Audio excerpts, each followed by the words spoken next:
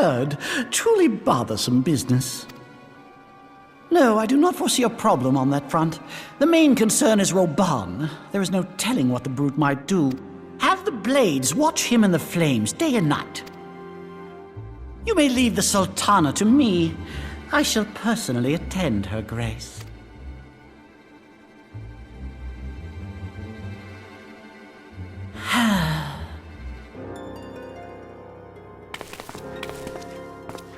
Sever one of the East Aldenard trade routes. That ought to keep Lolorito occupied for a while.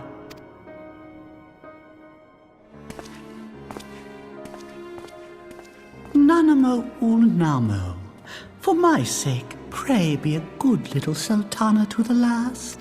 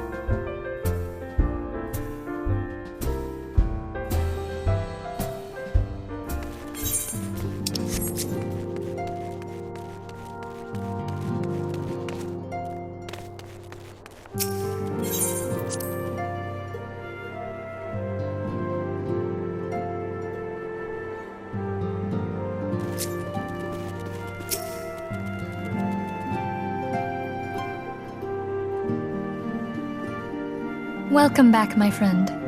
I have already received word from Alphino. To think that Flame Marshal Huayu was the Garlean agent. I know not what to say. Together with Robon, Eileen lent us much-needed aid at the time of our Order's founding.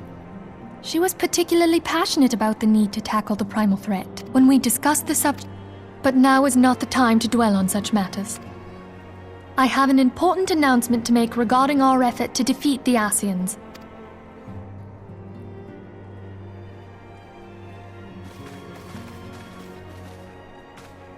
My thanks for coming, friends.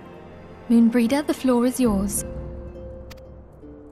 By now, I'm sure you're all familiar with White Auracite, the miraculous material that'll allow us to capture Ascian souls. Back at Snowcloak, we verified its ability to absorb vast amounts of ether. Alas, it leaves something to be desired in the area of stability. In addition to Auracite's inherent limitations, we must needs be wary of our enemy's strength. Our foe draweth upon an infinite wellspring of power. Even should we succeed in entrapping him, the stone will not long contain his wrath. Meaning that, if we want to kill the swine, we'll have to be quick about it. 'Tis our belief that an Ascian soul may be permanently undone, if smitten by a sufficiently concentrated burst of pure ether. The only trouble is, we can't say for sure how concentrated the burst needs to be. Without knowing how much ether an Ascian soul is composed of, we're basically guessing. Our sole clue lieth in thy struggle with La Hebrea. During that encounter, Heidelin bid you forge what she called a Blade of Light, a weapon which took the form of a luminous stream of energy. Based on your description, we believe the blade with which you vanquished your foe was composed of ether. Admittedly, your victory proved ephemeral, The fact remains, however, that Heidelin placed the means to destroy the Ascians in your hands. Be that as it may, it would be unwise to assume that she will do the same when we next encounter such a foe. Quite so, my lady. That is all well and good, but it seems to me that producing such a blade will require a prodigious quantity of ether. Whence will it come, pray tell? What if we had 2 pieces of white auracite? One to trap the Ascian, and the other to store the ether for the blade. Oh, nice try. But it's as I said, the stone won't hold ether for any length of time. And therein lies the rub. Finding a way to create the blade whenever and wherever we choose. It would seem more research is in order. I'm going to linger a while, perform a few more tests on the Aurosite. And I could do with some help. Urianger, why don't you lend me a hand? Mine apologies, but I am required at the Waking Sands. Lady Minfilia hath given me sole charge of the premises. 'Twould be unseemly to leave them unattended. Sole charge, you say?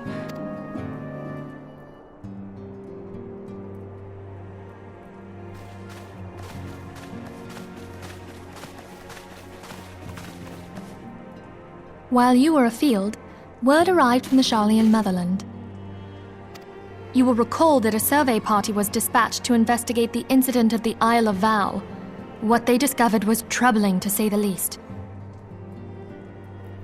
According to the report, the Isle has been erased from existence.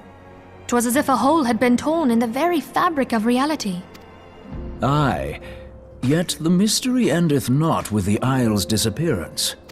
It hath come to light that a number of scholars in various other locales were reported missing at a similar juncture. What's more, they all had something in common with the head of the students of Baldessian. Every last one of them was researching a phenomenon called dimensional compression, or the rejoining as the ancient texts call it. All indications suggest Ascian involvement. We must pray that my dear friend Kryl regains consciousness soon.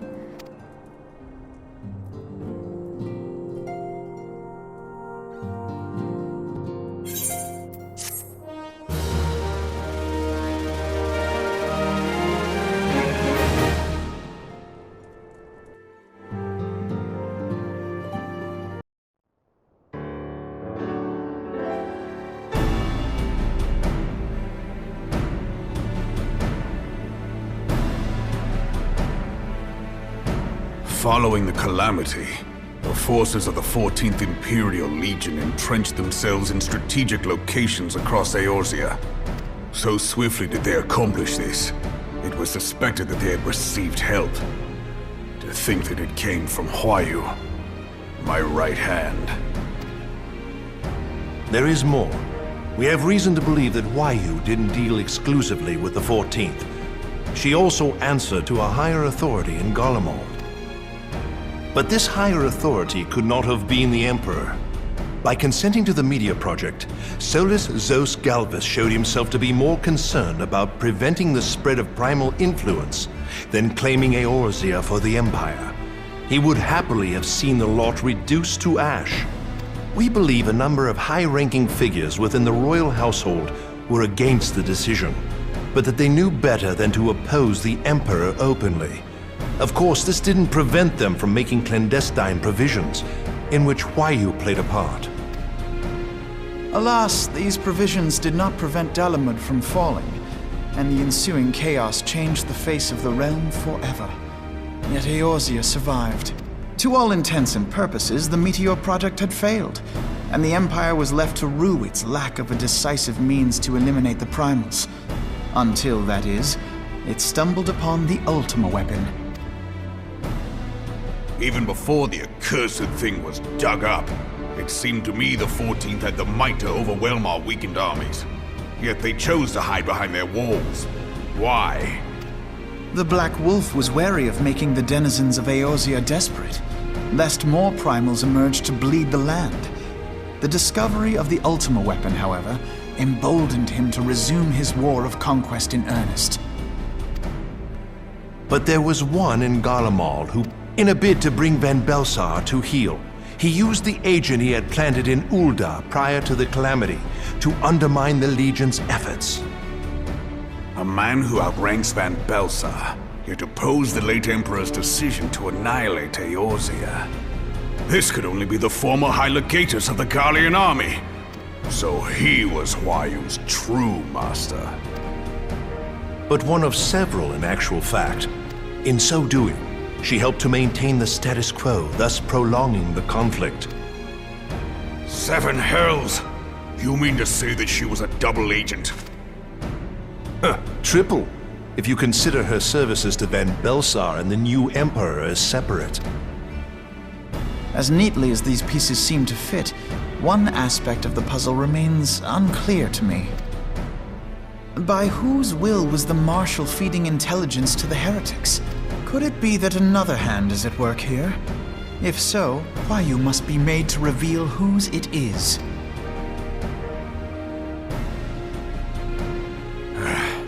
Not only have I lost a trusted friend, now I must interrogate her as a stranger.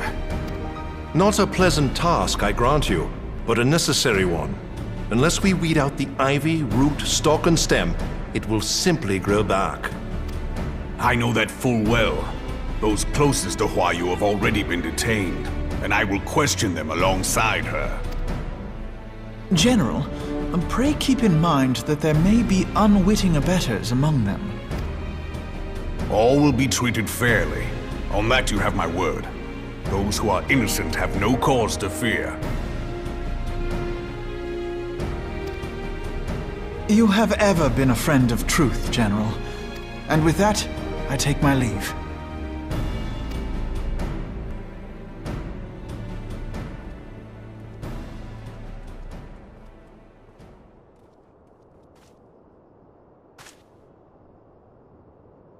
All these years, I've been made to dance to their tune. How could you, Huai Yu? How could you side with them? Those cankers who take from this land and give naught in return, who use their power to disempower and grow fat while the people starve. I know you can hear me, monitorous scum! Your crimes will not go unpunished! Until you purge this land of your sickness before the eyes of the 12, I swear it!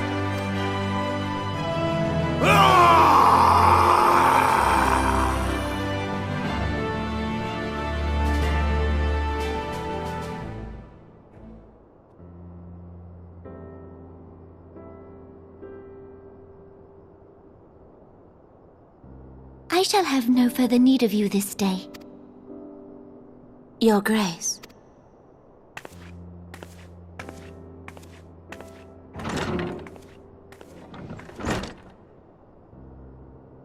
I fear that not even mine own chambers shall remain private for long. Has the situation grown so grim?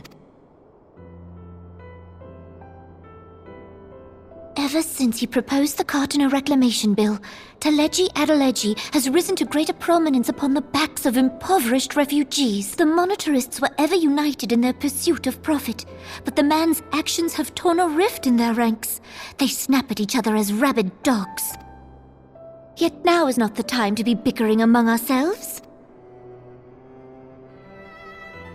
If this bickering is a threat to law and order, might you not have grounds to dissolve the Syndicate? Would that the solution were so simple, Admiral. Alas, my moving to dissolve the Syndicate is certain to spark outrage among the influential merchant class, whom the Cabal represents. This would serve to exacerbate the current unrest, and peace would slip still further away.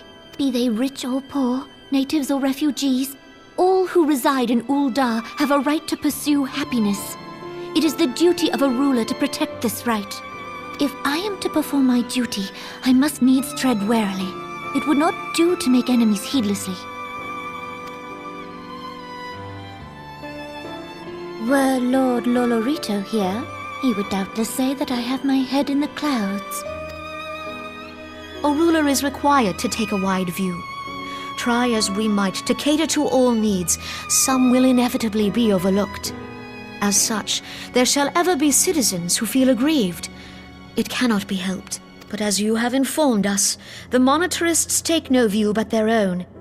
They hunger for power while the masses starve. In the absence of a common cause, it seems beyond any one individual to make Ul'dah whole.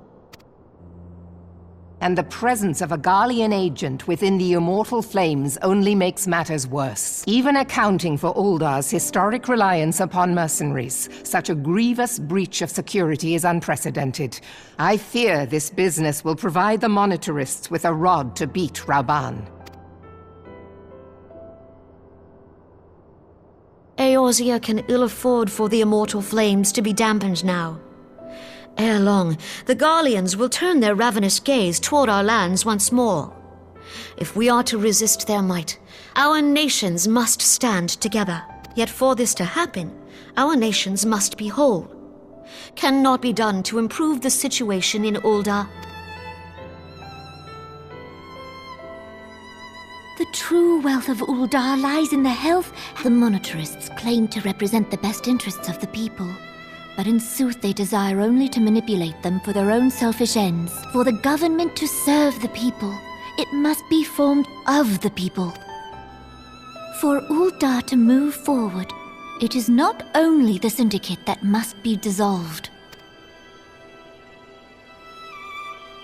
Nay, you jest. My friends, it was for no other reason than to make known to you mine intent that I requested your presence here. When I make my declaration to the people, chaos shall inevitably ensue.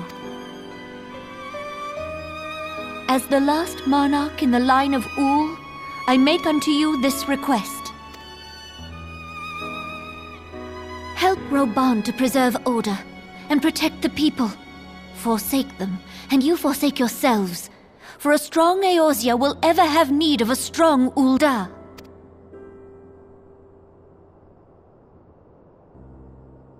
Your Grace, are you certain of this? There is no other way. When the time is ripe, the nation shall become a true republic. Both royalists and monetarists shall cease to be. Ul'dah will no longer belong to kings or queens or merchant princes, but to her people.